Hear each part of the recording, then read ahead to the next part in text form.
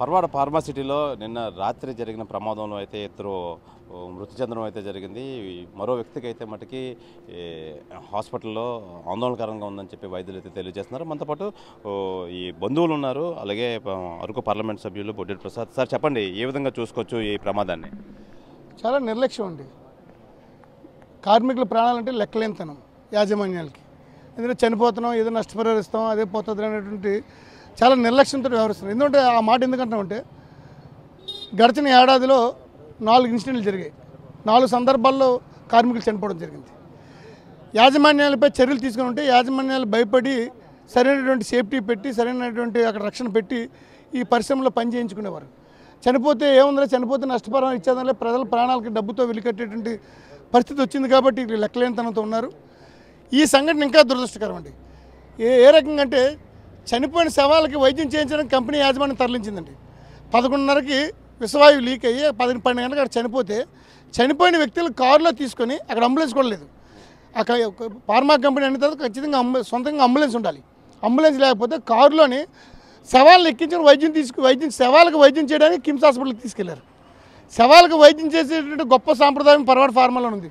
అంటే ఒక ప్రజలు డైవర్ట్ చేయడం కోసం, బంధువులు డైవర్ట్ చేయడానికి, కార్మికులు డైవర్ట్ చేయడానికి, వీళ్ళేదో చనిపోయిన బతుకుండగానే మేము వైద్యం కోసం తీసుకెళ్ళాం అనిపించడానికి చనిపోయిన శవాలనేమో కారులో ఎక్కించుకొని కిమ్స్ హాస్పిటల్కి తీసుకెళ్ళడం, అక్కడ చనిపోయిన నిర్ధారణ చేయడం, అయ్యో చనిపోయారని చెప్పి అక్కడ వదిలేస్తే కిమ్స్ హాస్పిటల్ యాజమాన్యం వారేమో అంబులెన్స్లోనేమో కేజీసీ తరలించారు.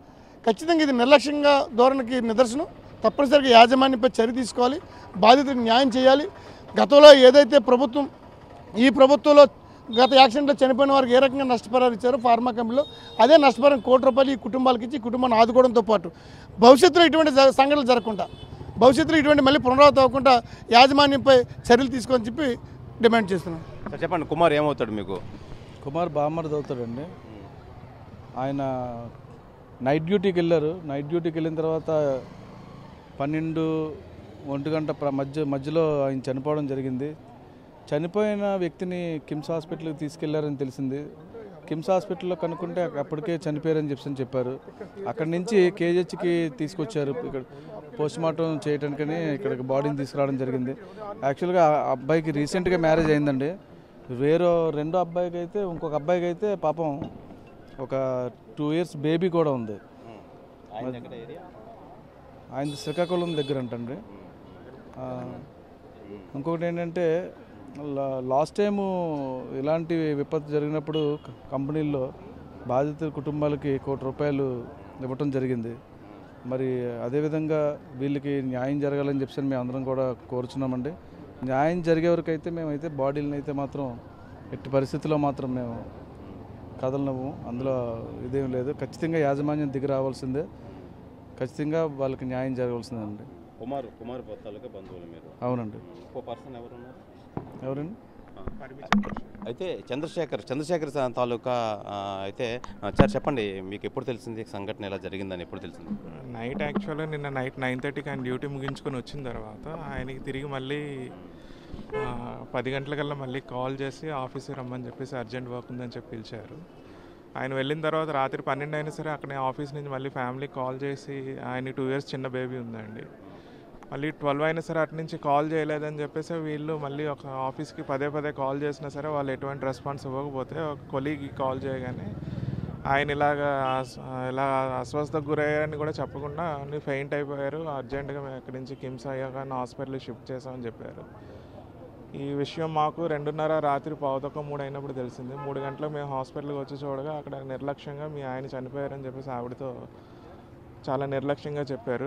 తీరా ఎక్కడున్నారని అడిగితే బయటన రామ్కి తాలూకా ఒక అంబులెన్స్ ఉంటే అంబులెన్స్లో 2 డెడ్ బాడీస్ని అలా పెట్టి ఇక్కడ మీ తాలూకా హస్బెండ్ అందులో ఉన్నారని చెప్పగానే మేము వెళ్ళి చూసిన మరుక్షణం వెనక్కి తిరిగే లోపు అంబులెన్స్ మాకు తెలియకుండానే తీసుకొని వెళ్ళిపోయారండి. అక్కడి నుంచి తిరిగి మళ్ళీ ప్రెజరైజ్ చేయగానే మళ్ళీ అంబులెన్స్ ½ an hour తర్వాత మళ్ళీ కిమ్స్ ఐకాన్ దగ్గరికి మళ్ళీ ఒకసారి తీసుకురావడం జరిగింది. ఈలోపు రెండవ విక్టిమ్ ఎవరైతే కుమార్ ఉన్నారో వాళ్ళ బంధువులు కూడా రావడం, తర్వాత పర్వాడ సిఐ గారు వాళ్ళు రావడం, వచ్చిన తర్వాత వీళ్ళ యాజమాన్యం మాతో కొంచెం వచ్చి పలానా ఇలా జరిగిందనేసి వాళ్ళు కూడా చెప్పలేదండి. కొలీగ్స్ ఎవరైతే ఉన్నారో వాళ్ళు చంద్రశేఖర్ కుటుంబ సభ్యులు వస్తున్నారండి. ఇప్పుడు శ్రీకాకుళం కానీ ఆవిడ అగనంపొడి మాతో అపార్ట్మెంట్లో, ఆవిడ మా ఎదురు అపార్ట్మెంట్లో ఉంటారు. చిన్న బేబీ ఉండడం వల్ల అక్కడ హాస్పిటల్ దగ్గర నుంచి మళ్ళీ రిటర్న్ వెళ్ళిపోయారు. ఇప్పుడు అక్కడ మార్చుల దగ్గరికి వస్తున్నారు ఆవిడ. జరిగింది తెలుసు ఆవిడ అయితే ఈ ఫార్మాసిటీ మృతుల్లో సంబంధించి శరవడం కుమార్ అలాగే చంద్రశేఖర్ వాళ్ళ బంధువులు అయితే మనతో పాటు ఉన్నారు. సార్ చెప్పండి, మీకు ఎప్పుడు తెలిసింది ఈ వార్త? రాత్రి మాకు 1 గంటకి ఏమవుతారు మీరు? కుమార్ నాకు మిత్రుడండి. అయితే నైట్ డ్యూటీకి వెళ్ళాడు. 9 గంటల వరకు నా దగ్గర ఉన్నాడు. నైట్ డ్యూటీకి వెళ్ళిన తర్వాత నాకు 3:30కు ఫోన్ వచ్చిందండి కంపెనీ నుంచి. అంటే మా ఊర్లో ఒక కుర్రోడు అదే కంపెనీలో పనిచేస్తాడు, ప్రకాష్ అని కుర్రోడు నాకు ఫోన్ చేసి ఇలాగా కుమారు కళ్ళు తిరిగి పడిపోయాడు, ఇంట్లో వాళ్ళ నెంబర్ అడుగుతున్నాడు, ఎవరి నెంబర్ ఇవ్వాలని అడిగాడు. వెంటనే నా నెంబర్ ఇచ్చిన వెంటనే నాకు కంపెనీ నుంచి ఫోన్ వచ్చింది. ఏమని, కుమారు ఇలా కళ్ళు తిరిగి పడిపోయాడు, మేము కిమ్స్ ఐకాన్ హాస్పిటల్ ట్రీట్మెంట్ తీసుకెళ్తున్నాం, మీరు రావాలి అని ఫోన్ వస్తే మేము వెంటనే కార్ తీసి 4 కుర్రోళ్ళు బయలుదేరి వచ్చామండి. మేము రాబోతుకి అంబులెన్స్లో 2 బాడీలు పక్కన పెట్టేసి ఉంచారండి. అయితే 3వ వ్యక్తి ట్రీట్మెంట్ అవుతుంది, కుమార్ చనిపోయారు అని చెప్పారు. అయితే మేము హాస్పిటల్కి వెళ్ళి చూసాం. ఫస్ట్ ట్రీట్మెంట్ అవుతుందేమో, బాగుందేమో అని అనుకున్నాం. కానీ కంపెనీ మేనేజ్మెంట్ సంబంధించి ఒక్క పర్సన్ కూడా రాలేదండి. ఓన్లీ అంబులెన్స్ డ్రైవరు, ఆ డ్యూటీ చేసిన కుర్రోళ్ళు ఎవరైతే ఉన్నారో వాళ్ళకి 2-3 వచ్చారండి. దీనికి మేము అక్కడ ఎంత కూర్చొని ఎంత ఆర్గ్యుమెంట్ చేసినా ఎవరూ రెస్పాన్స్ అవ్వలేదండి. తర్వాత మేము సీఏ గారు వచ్చారు. సీఏ గారితో మేము లోపలికి వెళ్ళి మాట్లాడుతుంటే అక్కడ మాకు తెలియకుండా ఈ అంబులెన్స్ని స్టార్ట్ చేసి కేజీహెచ్ తరలించడం జరిగిందండి. కుమార్కి చాలా ఇబ్బందులు ఉన్నాయండి. ఫ్యామిలీ పరంగా వాళ్ళ అమ్మగారు 2 నెలల కింద చనిపోవడం, వాళ్ళ నాన్నగారు చనిపోవడం, ఇంటిని లాక్కొచ్చి పెద్ద దిక్కు కుమార్ అనే వ్యక్తేనండి. దీన్ని బట్టి మాకు ఏదో న్యాయం చేయాలని మేము కోరుతున్నాం. కంపెనీ వాళ్ళు మాకు ఏం చేయలేని పక్షాన్ని మేము ఏదైతే అందరం ఉన్నామో మేము అందరూ కంపెనీ దగ్గరికి వెళ్ళి ధర్నా చేసి, మేమైతే అంతకుముందు అచ్యుతాపురంలో జరిగిన సంఘటనలకు ఎలాగైతే రియాక్ట్ అయ్యారో ఇప్పుడు అలాగే చేయాలని మేము కంపెనీని కోరుకుంటున్నాం. లేని పక్షంలో మా కుర్రోళ్ళు ఎంతమంది అయితే ఉన్నామో మేము వెళ్ళి కంపెనీ దగ్గర కూర్చొని ఎన్ని రోజులైనా ధర్నా చేసి కుటుంబానికి న్యాయం చేయాలని మేము కోరుకుంటున్నాం. అదే మరో మృతుడు చంద్రశేఖర్ ఎవరైతే ఉన్నారు, చంద్రశేఖర్ బంధువు అయితే ఉన్నారు. మీకు చెప్పండి, మీకు ఎప్పుడు తెలిసింది, మీకు ఏమవుతారు చంద్రశేఖర్? చంద్రశేఖర్ గారు బావ అవుతారండి. మా చెల్లి నాకు నైట్ 2:30కి కాల్ చేశారు. కాల్ చేసిన తర్వాత నేను ట్రై చేస్తాను, నువ్వు కంగారు పడుకో అని చెప్పి నేను అతని ఫోన్కి ట్రై చేస్తున్నాను. ఫోన్ రింగ్ అవుతుంది కానీ ఎవరు లిఫ్ట్ చేయలేదు. తర్వాత లిఫ్ట్ చేశారు. లిఫ్ట్ చేసి ఇలాగా ఎవరో మీరేమవుతారు అంటే నేను వాళ్ళ భావనండి అని చెప్తే, సరే అండి కొంచెం ఇంజూర్ అయ్యింది అని చెప్పారు. అంటే విషవాయువు కొంచెం వెళ్ళింది, చికిత్స చేస్తున్నారు అని చెప్పారు. హాఫ్ అన్ అవర్ అయింది, హాఫ్ అన్ అవర్ నుంచి లోపలే ఉన్నారు అని చెప్పారు. చెప్పిన తర్వాత నేను మళ్ళీ కాల్ చేశానండి. కాల్ చేస్తే మరి లిఫ్ట్ చేయలేదు. దాని తర్వాత అక్కడికి 10 మినిట్స్లో వాళ్ళు కాల్ చేసి ఇలాగా ఎక్స్పైర్ అయిపోయారు అని చెప్పారు. చెప్పిన తర్వాత నేను వెంటనే బయలుదేరి ఇక్కడికి రావడం జరిగింది. చెల్లికి ఇప్పుడు చిన్న పాప 2 ఇయర్స్. సో వాళ్ళ ఫ్యామిలీని గవర్నమెంట్ ఆదుకోవాలి, కంపెనీ వాళ్ళు ఆదుకోవాలని కోరుకుంటున్నాను. ఈ విషయంలో అంటే కంపెనీ అలసత్వం ఏ విధంగా చూసుకోవచ్చు? నిజంగా వాళ్ళకి రెస్పాన్సిబిలిటీ లేదా అసలు ఎంప్లాయీస్ మీద? ఇప్పుడు కంపెనీలో అంబులెన్స్ అనేది ఉండాలండి. ఈ ఇన్సిడెంట్ జరిగిన తర్వాత కారులో తీసుకొచ్చి మన రామ్కి కంపెనీ వరకు తీసుకొచ్చి అక్కడి నుంచి అంబులెన్స్లో తీసుకొచ్చారు. అంటే కంపెనీకి అంబులెన్స్ సేఫ్టీ కూడా లేదా, ఫెసిలిటీ లేదు.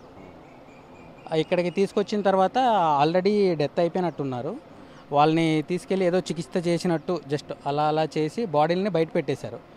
ఇప్పుడు కుమార్ అనే ఫ్యామిలీ వాళ్ళు దగ్గర కాబట్టి వచ్చేసి చూసిన తర్వాత కూడా బాడీలు బయటే ఉన్నాయి, చూపించలేదు. అంటే డైరెక్ట్ కేజీహెచ్కి తీసుకొచ్చేద్దామని ప్లాన్లో ఉన్నారు. సో వీళ్ళు చూసి బాడీలను చూసి మళ్ళీ వీళ్ళు కారులో వచ్చి ఇక్కడ చూశారు. ఇక్కడ 5:30 నుంచి కూడా వెయిట్ చేస్తున్నారు. ఇప్పుడు ఎంత 12 అవుతుంది, 10 గంటల వరకు కూడా ఎవరు రాలేదు.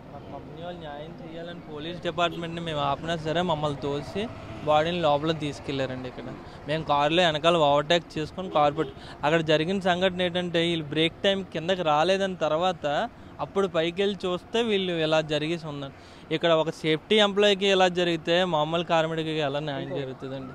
ఈ కుమార్ అనే వ్యక్తి 7 సంవత్సరాల నుంచి సేఫ్టీ చేసి ఫైర్ అండ్ సేఫ్టీ 4 సంవత్సరాల నుంచి ఉద్యోగం చేస్తున్నారు. వీళ్ళకి ఎలా జరిగితే నార్మల్ ఎంప్లాయీస్ పరిస్థితి ఏంటండి? కంపెనీలో మినిమం ఫెసిలిటీస్ లేకుండా ఒక అంబులెన్స్ కానీ ఇవేమీ లేకుండా ఎలా అవుతుందండి? చంద్రశేఖర్ గారు ఏం చేస్తుంటూ ఉంటారు కంపెనీలో? ఆయన safety manager. Safety manager. So 9:30కి డ్యూటీ అయిపోయిన తర్వాత ఇంటికి వచ్చేసారు. ఇంటికి వచ్చిన తర్వాత మళ్ళీ కాల్ చేసి రమ్మన్నారు. ఇప్పుడు షిఫ్ట్ అయిపోయి డ్యూటీ అయిపోయిన తర్వాత మరి ఎలా రమ్మంటారు? అది మేము అడుగుతుంది. ఇది ప్రధానంగా మనం చూసుకోవచ్చు ఎవరైతే మృతులు చెందిన ఉన్నారో చంద్రశేఖర్ కానీ అలాగే శరగడం కుమార్ వీళ్ళిద్దరూ కూడా ఫైర్ అండ్ సేఫ్టీ సంబంధించి ఫైర్ అండ్ సేఫ్టీ నార్మ్స్ ప్రకారం వాళ్ళు గత 4 సంవత్సరాల నుంచి కూడా అందులో చేస్తున్నారు. అయితే ఈ నేపథ్యంలో ఫైర్ అండ్ సేఫ్టీ వాళ్ళకే ఈ ఫైర్ అండ్ సేఫ్టీ నార్మ్స్ లేకుండా ఆ విషవాయువు లీక్ అవ్వడంతో ఆ విషవాయువుని పీల్చి అక్కడికక్కడే దుర్మరణం పాలైన నేపథ్యంలో అయితే కుమార్ కానీ చంద్రశేఖర్ కానీ వెనకాల కుటుంబ సభ్యులు అయితే మట్టి చాలామంది వాళ్ళ మీద ఆధారపడి ఉన్నారు. వాళ్ళకి సర్వత్రా న్యాయం అయితే చేయాలి.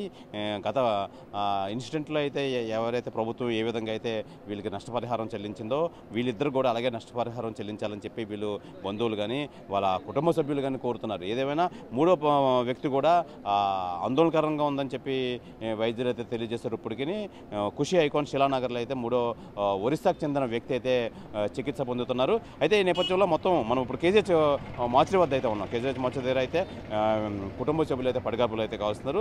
అయితే కంపెనీ నుంచి కానీ ప్రభుత్వం నుంచి కానీ పోలీసుల దగ్గర నుంచి కానీ సరైన సమాచారం అయితే లేదు. కంపెనీకి సంబంధించి అయితే ఒక అంబులెన్స్ కూడా లేదు. Fire and safety norms fire and safety ఉద్యోగులకే ఈ ఫైర్ అండ్ సేఫ్టీ నార్మ్స్ లేకపోతే మిగతా ఎంప్లాయీస్ అందరికీ ఏ విధంగా ఫైర్ అండ్ సేఫ్టీ నార్మ్స్ వ్యవహరిస్తారు, ఏ విధంగా జాగ్రత్త పడతారు కంపెనీ. నిజంగా ఈ కంపెనీలు అయితే మటుకి అలసత్వం చాలా ఘోరంగా ఉంది.